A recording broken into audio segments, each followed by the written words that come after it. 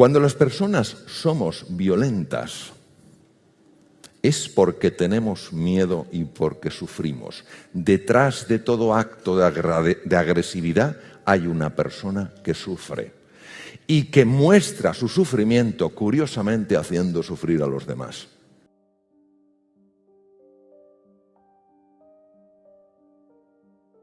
Nosotros hoy, aunque usamos palabras, y las palabras son uno de los gran descubrimiento del ser humano hace 150.000, 200.000 años,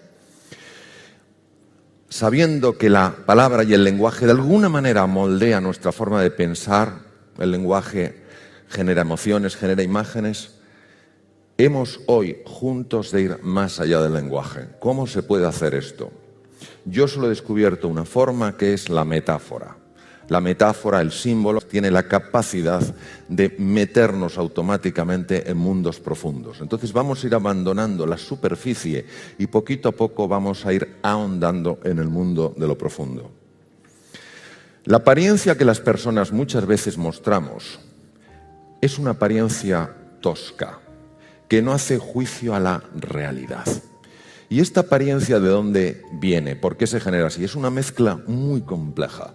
En primer lugar está la máscara. ¿Qué es la máscara? Es como yo me he de presentar ante vosotros y ante vosotras para no mostrar mis vulnerabilidades y mis fragilidades, para no mostrar mis miedos, para no mostrar mis desconfianzas, para no mostrar mis despistes, mis torpezas.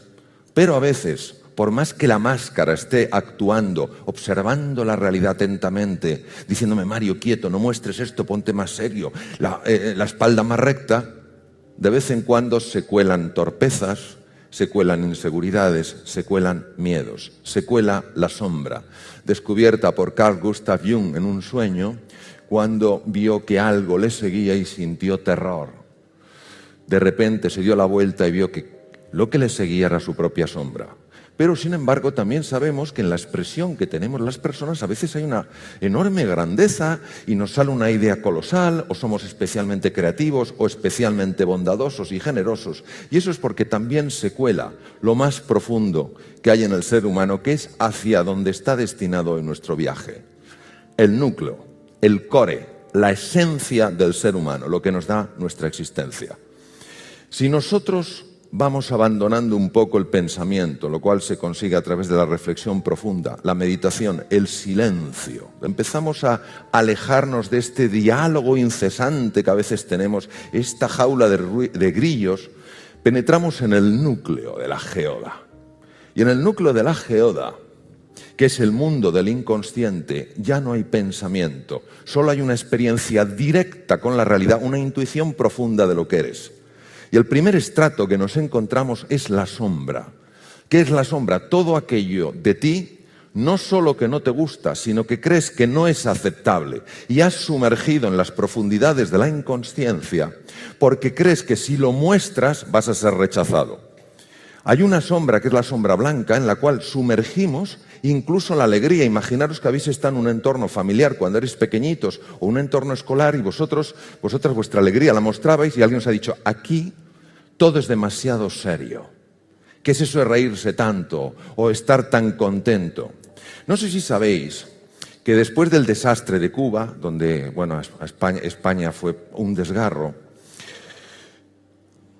Valle Inclán atacó durísimamente, la generación del 98, Valle Inclán atacó durísimamente a Joaquín Sorolla, el pintor de la luz, porque no podían aceptar en aquella época donde todo el mundo se desgarraba las vestiduras y se cubría el cuerpo de ceniza, no podían entender un pintor de la alegría, un pintor de la ilusión, un pintor de la luz. Y eso nos pasa también a las personas, vamos sumergiendo aspectos nuestros porque parece, da la sensación, tenemos la idea de que si los mostramos no vamos a ser aceptados. Por eso, la primera experiencia cuando se entra a través de la meditación, la reflexión o el silencio profundo es la experiencia con la sombra. No es una experiencia agradable, es entrar en el basurero. Pero ese basurero es parte de lo que somos. Y si no lo asumes, si no lo asumimos, si lo aceptamos, va a salir por los recovecos y cuando menos te interesa, vas a decir lo que no querías decir. Y cuando menos te interesa, vas a hacer lo que no querías hacer. Pero fijaros, en el núcleo de la geoda está el ser, lo que nos da la existencia, lo profundo, lo inefable, lo que no hay manera de describirlo con el lenguaje, pero se puede experimentar con extraordinaria profundidad. La sombra, como no la aceptamos, la proyectamos en los demás y les rechazamos. Y yo, por ejemplo, si no acepto gestos míos de la torpeza y he sumergido la torpeza, veré con claridad diáfana la torpeza en los demás y en los demás lo rechazaré. Qué cosa tan curiosa, cuando los demás están actuando como espejo mío. El ser humano no tiene miedo a su oscuridad, tiene miedo a su luz. Vivimos tanto en la cáscara, en la superficie, incluso en contacto con la sombra, que no se nos ha pasado por la cabeza que si encendiéramos un poco la antorcha, veríamos que además de las telarañas, además de las paredes viejas y agrietadas, hay un tesoro de incalculable valor que somos cada uno de nosotros. Imaginaros que fuéramos olas. Una ola que tiene un nivel de conciencia elevado sabe que está hecha de mar y por tanto ve a otra ola, sea más alta, más baja, más ancha, más delgada, y la reconoce como de la misma naturaleza y por tanto sería absurdo que tú atacaras a algo que es de tu misma naturaleza. Pero ¿qué pasaría si la ola se hubiera olvidado de que está hecha de mar y solo se fijara en su forma y dijera: yo soy una ola y tú eres una ola diferente y no hay nada que me una a ti en la distancia? Ese momento que no se sabe cuándo se originó es cuando surge en el ser humano la creencia que creemos que hay, o entendemos que es la más profunda, que anida en el ser humano, y que es el ego. El ego es una creencia de enorme profundidad en la separación. Cada ola se ve separada del resto. Por tanto, si tú, otra ola, desapareces, te estrellas con una roca, ¿qué más me da si tú eres distinta a mí? De ahí nace el egoísmo, el ensimismamiento, el centramiento exclusivamente en uno. Pero si yo reconozco que tú, ola, vas a estrellarte contra una roca, pero entiendo que tú y yo somos unidad porque somos océano, ya me importa y jamás te podrá hacer daño. Esta creencia se genera muy pronto en el ser humano, probablemente va de generación en generación y nacemos con ella. Y tiene un arraigo importantísimo a nivel del cerebro. Cuando somos niños, al sentirnos aislados, aunque vivamos en una familia y vivamos en un entorno cultural, al sentirnos aislados, al sentirnos en peligro, al sentirnos indefensos, cualquier experiencia que tengamos de pequeñitos que incremente esa sensación de pequeñez, de aislamiento, de miedo, de impotencia, cuando somos mayores eso está ahí. Y vamos a un sitio, vamos a una fiesta, nadie nos hace ni caso, y ese no sentirte aceptado inmediatamente produce un disparo en esas estructuras cerebrales. Vamos a un sitio, encontramos la incertidumbre, no sabemos cómo controlar, ¡cha!, se vuelve a disparar la pistola. ¿Qué ocurre en el cerebro cuando se dispara este trigger, cuando se dispara esta pistola, este gatillo? Hay cambios muy profundos. Y el primero, como os he comentado, es que ciertas áreas del cerebro, la amígdala, ciertas áreas del hipotálamo, el hipotálamo lateral, se ponen en marcha y dan lugar a una reacción de alarma. Fijaos, no digo de alerta, no digo estrategia, digo de alarma.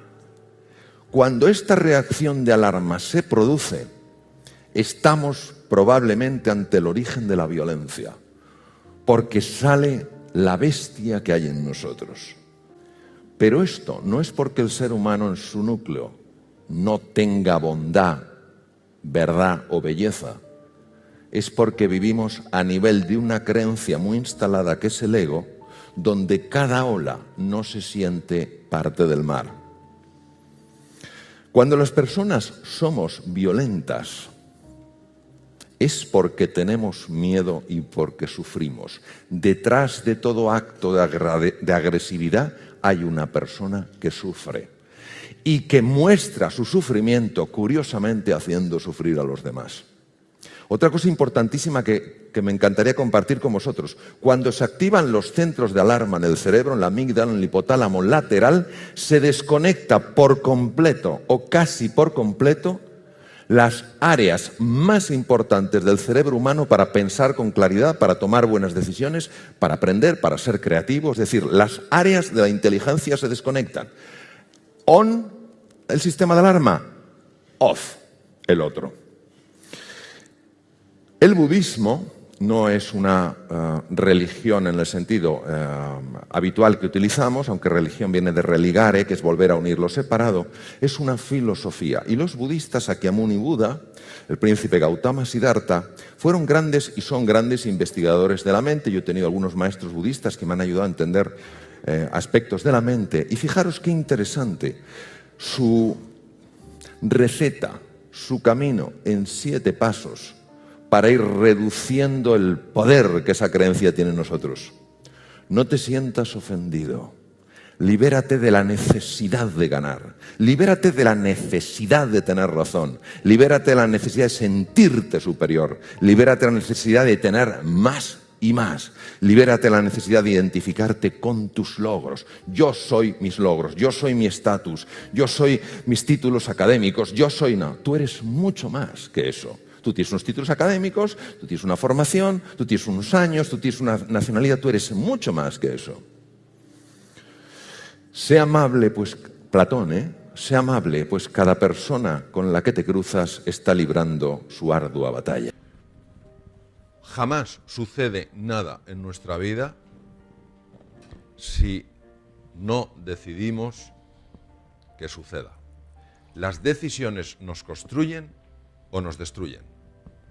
Y aunque nosotros no somos libres en todo, no somos libres a la hora de decidir el tiempo climatológico, no somos libres a la hora de decidir si en un momento determinado nos pasa una cosa u otra, sí somos libres en cómo vamos a interpretar los eventos, en qué decisiones vamos a tomar. Lo que quiero compartir con vosotros y con vosotras es el poder de una decisión para cambiar una vida. No hablo de una idea, no hablo de, bueno, me vendría bien esto, un debería. Hablo de un tengo. Y tengo ya. Y tengo ahora. Y tengo que transformar eso en una prioridad para mí, porque al final no es tanto un tema de falta de tiempo, como un tema de no tener claras las prioridades. Todos tenemos desafíos, todos los que estamos aquí, desafíos personales, profesionales, desafíos de salud, desafíos de vitalidad, desafíos de relaciones en casa, con los amigos, todos tenemos desafíos. Y nuestra mente, que es algo demasiado complejo para ser definido, hace siempre una valoración. ¿Tengo o no recursos para hacer frente a esos desafíos? Es un gravísimo error pasarse la vida mirando las limitaciones. Ahora bien, ¿qué pasa en la mente de una persona que está enfocada en sus limitaciones? Vamos a profundizar al interior del cerebro humano y vamos a hablar de nuevo de algo que ya ha mencionado clarísimamente Alex, de las creencias. Y voy a mencionar a Ortega porque también para mí tiene un pensamiento fascinante. Las ideas las tenemos, las creencias vivimos. ¿Cuál es la diferencia entre una idea y una creencia? La diferencia es que la idea la tienes en el intelecto, en la parte consciente. Yo tengo una idea de lo que voy a hacer hoy, tengo una proyección mental de lo que haré dentro de un par de horas. Las creencias no sabes que las tienes porque están por debajo de la consciencia, están en el subconsciente. Y la creencia no se ve en lo que dices, sino en cómo vives, porque se expresan cómo miras, cómo hablas, cómo te mueves, cómo gesticulas, cuál es tu tono de voz, cómo funciona tu cuerpo. Si el cuerpo es el subconsciente, si las células están en contacto todas con el mundo subconsciente. Poner una idea en el subconsciente para que se convierta en una creencia tiene un poder brutal. El poder de que una persona que no tiene un buen performance en la vida transforma esa creencia, y esto lo sé por experiencia, porque lo he visto y porque lo he vivido, y empieza a dársete brutalmente bien algo que antes te parecía imposible. Fijaros qué creencias, lo repito, no sabes que las tienes, pero están actuando en tu forma de ver, en tu forma de analizar la realidad, en tu forma de pensar.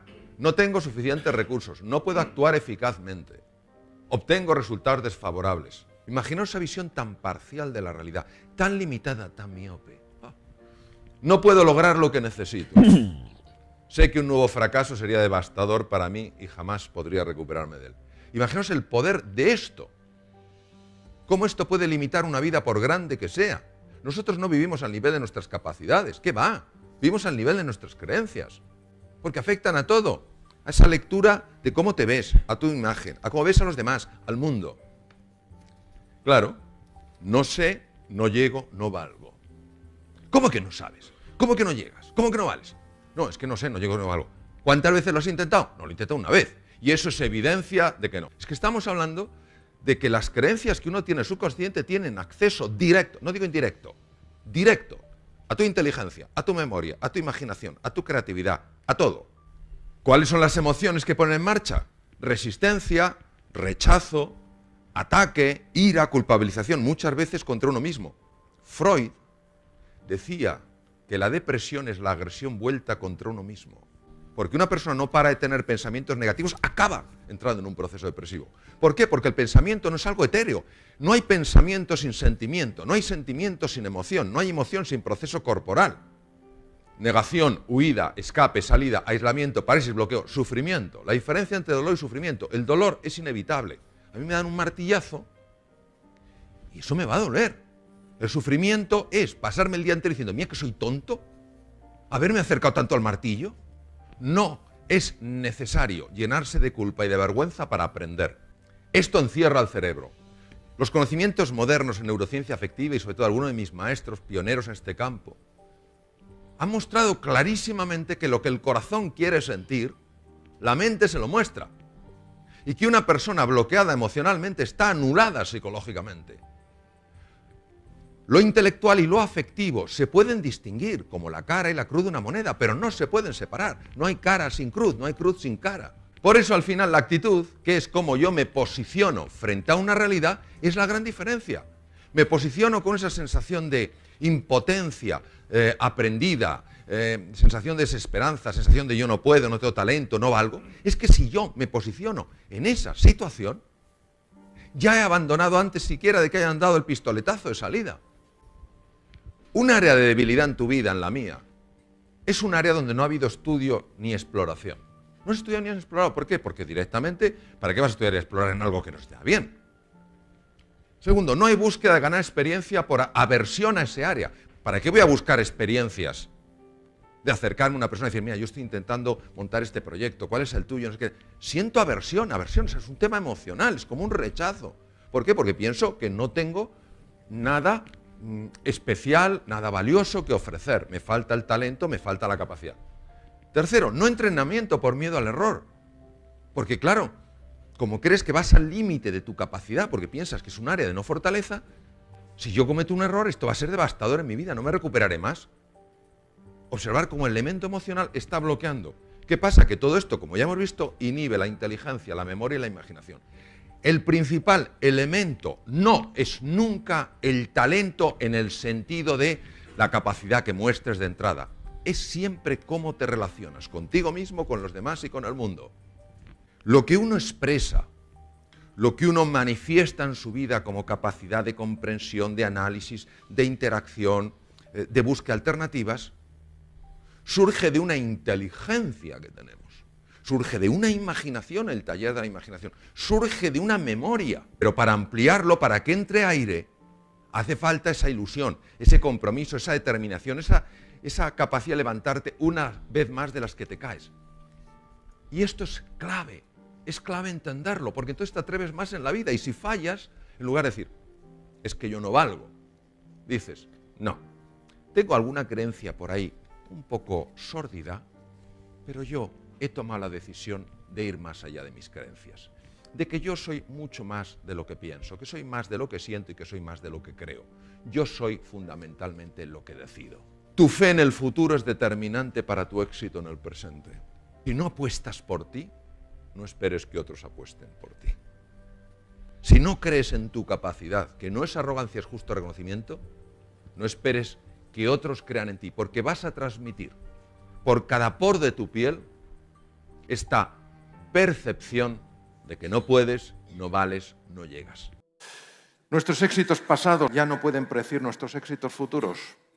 Lo que nos trajo donde estamos no necesariamente nos va a llevar donde tenemos que estar. Tema de desafío. ¿A qué tenemos que aspirar? Mirad, si aspiramos a una cosa y soltamos otra, os digo que nos podemos adaptar bien a todo. ¿Qué tenemos que soltar? Querer controlar el cortijo, mantener el poder. Yo soy el que sé, las cosas siempre se han hecho así. Así se hundió Kodak. Fabricaba carretes y el que inventó la cámara digital era de Kodak. Lo humillaron, le despreciaron. Kodak, ¿dónde está? El mundo digital, ¿dónde está? Seguridad, me siento inseguro. Controlar el estatus. ¿Qué hago yo, catedrático, operando en la misma mesa que un residente? Pero por favor, estamos hablando de seres humanos queriendo crecer, no de rangos, no de niveles en una organización, sino de actitudes ante la vida. ¿Y a qué podemos aspirar? Pues sencillamente todos a descubrir, a mejorar, a aprender, a contribuir y a ayudar. Es un cambio completo de foco del ego al ser, la S con mayúscula. De pensar en lo mío a considerar lo nuestro. De considerar lo que yo creo que me beneficia, empezar a pensar en lo que a todos nos beneficia. Mira qué cosa más bonita, en la naturaleza está. Hay mucha gente asustada, quien no quiere abandonar su zona de confort, lo que le ha dado seguridad, estatus, reconocimiento durante tiempo. ¿Qué les está contando la madre a los patitos? ¿Les está obligando, les está sacando a patadas del nido? No, les está inspirando. ¿Cómo les inspira? Les está diciendo, os estáis perdiendo un mundo de posibilidad. ¿Creéis que el único mundo que hay es esa caverna en la que vivís? No, durante un tiempo fue necesario para que crecierais en seguridad. Os estáis perdiendo un bosque, la naturaleza, los ríos, los arroyos, los lagos, el mar. Os lo estáis perdiendo vivir en libertad. Y por eso ellos, inspirados, son capaces de superar el miedo. El miedo se supera con curiosidad y con inspiración. Y para eso hace falta líderes como vosotros. Personas que estén dispuestos a dar el primer paso, aunque no sepan, como decía Santa Teresa, aunque no puedas. ¿Por qué? Porque cuando tú das un paso hacia adelante, la providencia, ya lo decía Goethe, también lo da. Si tu verdadera intención es ayudar a otros seres humanos, encontrarás dentro de ti el potencial que necesitas. Porque eso es como la capacidad de volar dormida en el gusano. Hay que creer para poder crear. Y vamos a encontrar la sensación de vértigo, la sensación de incertidumbre. Fíate de la vida en mayúscula. No te va a dejar solo. Irás aprendiendo, te darás porrazos, te levantarás. Habrá personas a tu alrededor que te ayudarán, que en lugar de juzgarte y señalarte con el dedo, te ayudarán con su mano a que te levantes. Y tú harás lo mismo por ellos. Imaginaros lo que es eso. Imaginaros lo que es avanzar con esa ilusión, con esa capacidad, con esa pasión. Cuando el cerebro humano tiene un qué y un porqué de verdad, se activan áreas enteras que estaban dormidas y se encuentra el cómo y el dónde. Y cada uno de nosotros vamos a tener esta contradicción permanente entre alimentar esa parte nuestra que solo busca el estatus, que busca el reconocimiento, que busca el control, que busca aferrarse a lo conocido, y esa parte nuestra que nos anima a explorar, a investigar, a descubrir, a aprender y a crecer. Howard Gardner, tuve una profesora impresionante, ella trabajaba con los indios navajos en Nuevo México y me contó algo que es la filosofía de la tribu. Dentro de mí está teniendo lugar una enorme batalla. Por un lado está el águila majestuosa. Todas las acciones del águila están llenas de verdad, de bondad y de belleza. El águila que vive en mí vuela por encima de las nubes y aunque a veces baja a los valles, siempre deposita sus huevos en la cima de las altas montañas. Pero dentro de mí también vive un terrible lobo. Él representa lo peor que hay en mí. Se sustenta sobre mis propias caídas y justifica su presencia, diciendo que él también es parte de mí. ¿Quién ganará esta gran batalla? Aquel a quien yo cada día alimente. ¿Cómo integrar la tecnología de cara al futuro con el amor?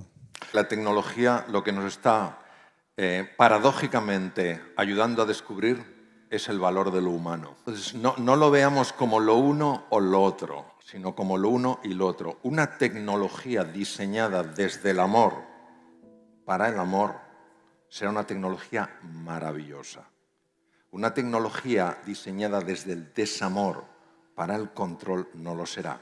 El problema nunca está en la tecnología, es en lo que proyecto yo en la tecnología. Es decir, la tecnología al servicio de las personas frente a las personas al servicio de la tecnología.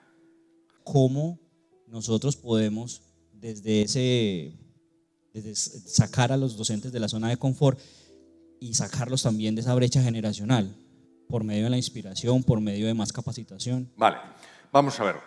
De la zona de confort, en mi experiencia, la zona de confort tiene tal poder gravitacional que se parece a un agujero negro. ¿Por qué? Porque si esta es la zona de confort, imagínate esto que es azul, cuando yo salgo de la zona de confort me siento peor que cuando estaba dentro. Sin embargo, estoy mejor. Por eso, lo más importante para mí no es el talento, sino el carácter. La capacidad de sostenerte en base a un propósito, una visión y unos valores sólidos. Y aquí es donde tienes que fiarte realmente de que el universo no es azaroso, sino que está basado en la conciencia y el amor infinitos. Y que si eso te ha pasado, no te ha pasado porque sí. No busques el por qué, sino el para qué. Y ahí está la lección. ¿Qué es lo que pasa muchas veces en la segunda parte de tu pregunta? Lo que pasa es que muchas veces nosotros queremos influir en otros cuando no estamos influyendo en nosotros mismos. Y queremos que la otra persona se atreva cuando nosotros no nos atrevemos. Y al final lo único que mueve es el ejemplo. Porque el ejemplo no depende de lo que dices, sino de cómo vives. Y por eso el trabajo fundamental es el trabajo interior. Porque si yo comunico desde una forma nueva de ser y de estar, mi comunicación llega al corazón. Si yo hablo desde el concepto, no puede pasar de la cabeza. O sea, al final, en lo pequeño es trabajar para aflorar tu grandeza.